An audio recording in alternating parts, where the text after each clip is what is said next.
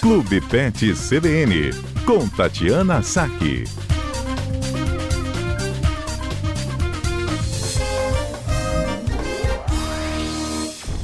Olá, Tatiana Saque, boa tarde para você. Nova data, né? Agora às quintas aqui com a gente. Boa tarde, Johnny. Boa tarde a toda a equipe da CBN e aos ouvintes. Tô me acostumando ainda, porque foram muitos e muitos anos na quarta-feira. É verdade. Mas hoje a gente vai conseguir ter mais tempo, né? Para falar de um assunto que está cada vez mais presente na vida das pessoas, né? Cada vez mais a gente vê as pessoas adotando um pet e o cuidado é muito importante para mantê-los saudáveis, né, Tati? Com certeza.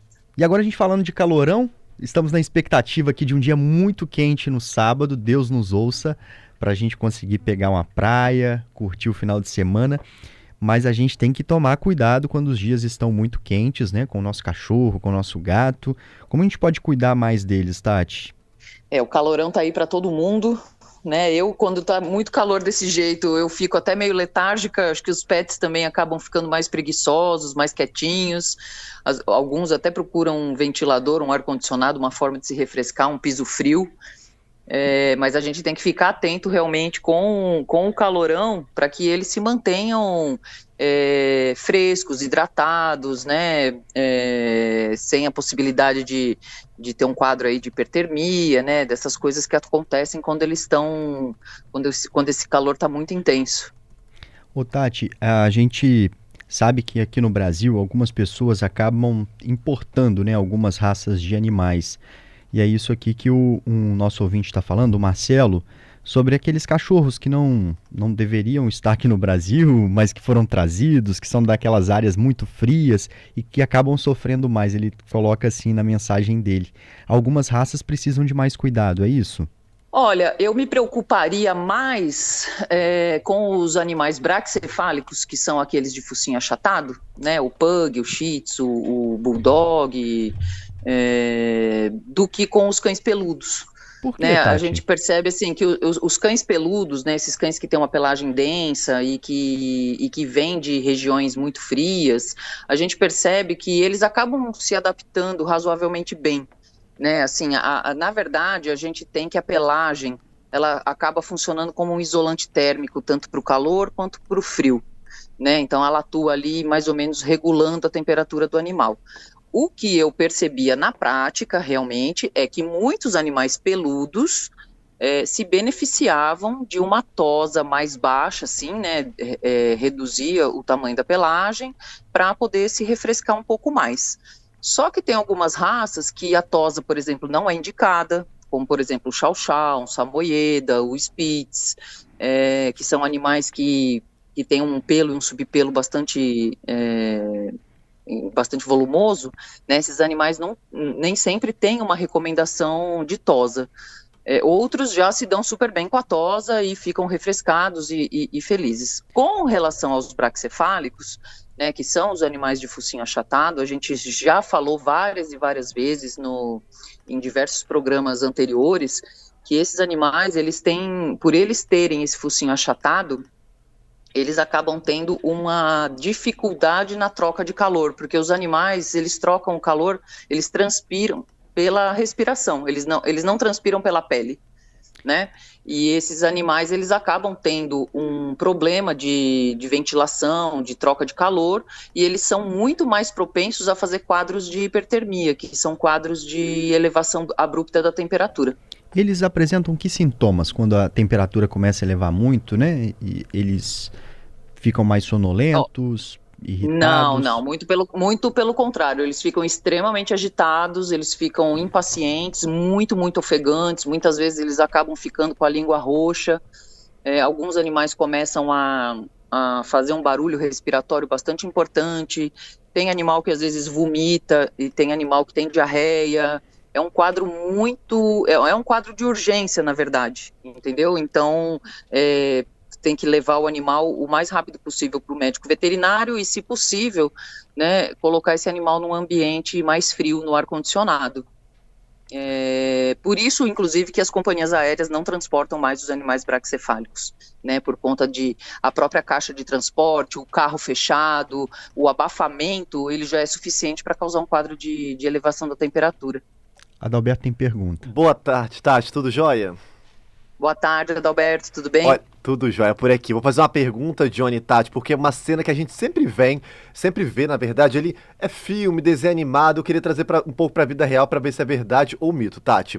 Quando tá esse calorão, tempo mais abafado, verão aí, o pet ali, principalmente o cãozinho ali, com aquela língua pra fora, bebendo água, direto da torneira. Aí vem aquela cena, tá em casa ali, aí ele tá tentando se refrescar ali, bebendo água diretamente da torneira. Pode ou não pode, Tati? Tem riscos ou não tem? Olha, assim, poder até pode, tá? Eu não veria tanto problema. Por exemplo, os meus animais aqui, eles ficam no quintal, então quase sempre eu coloco água diretamente da rua, nunca tive grandes problemas, mas eventualmente, nessa época de verão, como às vezes você tem uma escassez hídrica, às vezes falta água no bairro, e quando volta às vezes uma água de má qualidade, ou com excesso de cloro, ou uma água meio barrenta, alguma coisa assim. Então, nessas circunstâncias, às vezes é interessante você dar preferência para uma água filtrada, ou pelo menos uma água que passou ali pela decantação da caixa d'água, digamos assim, entendeu? Mas aí vai depender também de cada um. Se você mora em apartamento, por exemplo, não tem tanto problema, né? O problema seria mais realmente em casas. Olha só, o Luizinho mandou pra gente que fica morrendo de pena daqueles animaizinhos na praia de Cambori no domingo, naquele sol quente andando no asfalto. E aí? Eu sou da opinião que se você não consegue pisar descalço naquele lugar, porque o seu cão pisaria, né? Claro que a gente sabe que tem alguns animais que podem ter um coxinho ali um pouco mais resistente, tudo, mas se tem uma alta temperatura, né? Se tá ali um sol de meio-dia e você quer passear com o seu cão, vá para uma área sombreada, né? Não vai passear ali realmente no calçadão onde o asfalto vai estar muito quente, ou o próprio calçadão vai estar muito quente. Não é, inclusive, nem é indicado que você saia com o animal assim nessas horas muito quentes do dia, que você dê preferência para passear com ele no início da manhã ou no final da tarde. Tati, aumentar o número de banhos nessa época aí resolve alguma coisa? É recomendado? Olha, não necessariamente. Eu sempre falo que o banho ele é uma necessidade nossa, do ser humano, não do cão. Né? Eu acho que o cão ele pode tomar um banho, pode tomar ali um banho semanal para se refrescar. Tem animais que têm a necessidade desse banho semanal. Você pode dar um banho ali com uma água um pouco mais fria, né, para dar uma sensação de conforto para o animal, para ele ficar mais refrescado. Mas muitas vezes, se você optar por deixar o animal num local muito bem ventilado, num local fresco, onde ele consiga se refrescar. Às vezes o animal procura um piso frio dentro de casa para deitar ali de barriga no piso, que refresca, ou no quintal, às vezes o cachorro cava um buraco no quintal e deita na areia mais fria, né, na terra mais fria. Você pode colocar, por exemplo, água gelada para o pet tomar, ou congelar uns pedaços de fruta, isso principalmente para o cão, né, uns pedaços de melancia, melão, uma fruta que tenha bastante água e que ele goste de comer, ou até fazer um picolé de patê de cachorro. Tem várias opções. Colocar gelo na água. Bacana. Essas opções aí. Tem uma aqui da Lurdinha falando sobre borrifador. Ela disse que tem um borrifadorzinho lá e ela fica jogando água no pet dela. Pode isso? Pode ser também. O borrifador é ótimo pra gente e pra eles. É verdade, né? Tem um meme que eu vi outro dia na internet, Tati, na rede social, e o cachorrinho ficava acompanhando o movimento do ventilador, né? Parece fofo, mas aquilo ali pode ser um pedido de socorro, gente. Tá quente demais, né? Exatamente. Eles procuram, eles vão atrás do ar-condicionado, eles vão atrás do ventilador, eles vão atrás do piso frio, e eles procuram mesmo, com certeza. E às vezes algum animal, assim, tem animais também, às vezes com algum tipo de desconforto respiratório, que se sente melhor na frente do ventilador. Em muitos lugares o cachorro fica do lado de fora da casa, tem uma casinha ali para ele, e os donos saem e ele fica no quintal o dia todo, e às vezes é um quintal todo cimentado. Para essas pessoas tem algum cuidado específico ali, Tati? Não, é essencial que o animal fique num local onde ele tenha como se proteger, gente. Isso é muito importante, tá? Não basta você ter, eu tenho uma casinha de plástico que fica no quintal, mas aquela casinha recebe sol escaldante o dia inteiro. A casinha vira uma estufa, né? Não tem como o animal ficar lá dentro. E é muito importante que o animal tenha um local para se proteger do sol, do vento, da chuva, de tudo isso, né? Ele precisa ter um local adequado onde ele possa se proteger do tempo. E, inclusive, podendo caracterizar maus tratos. Você, por exemplo, deixar um animal ali... eu já vi situações do animal ficar preso na varanda do apartamento, né? E aquele sol batendo e o animal não tendo onde se proteger. Uhum. Tati, e você falando aí de deixar o animal preso, né? Saiu para passear com o bichinho dentro do carro ali, vai no supermercado rapidinho, leva junto, né? Leva junto, gente. Não subestime o poder de estufa que um carro tem.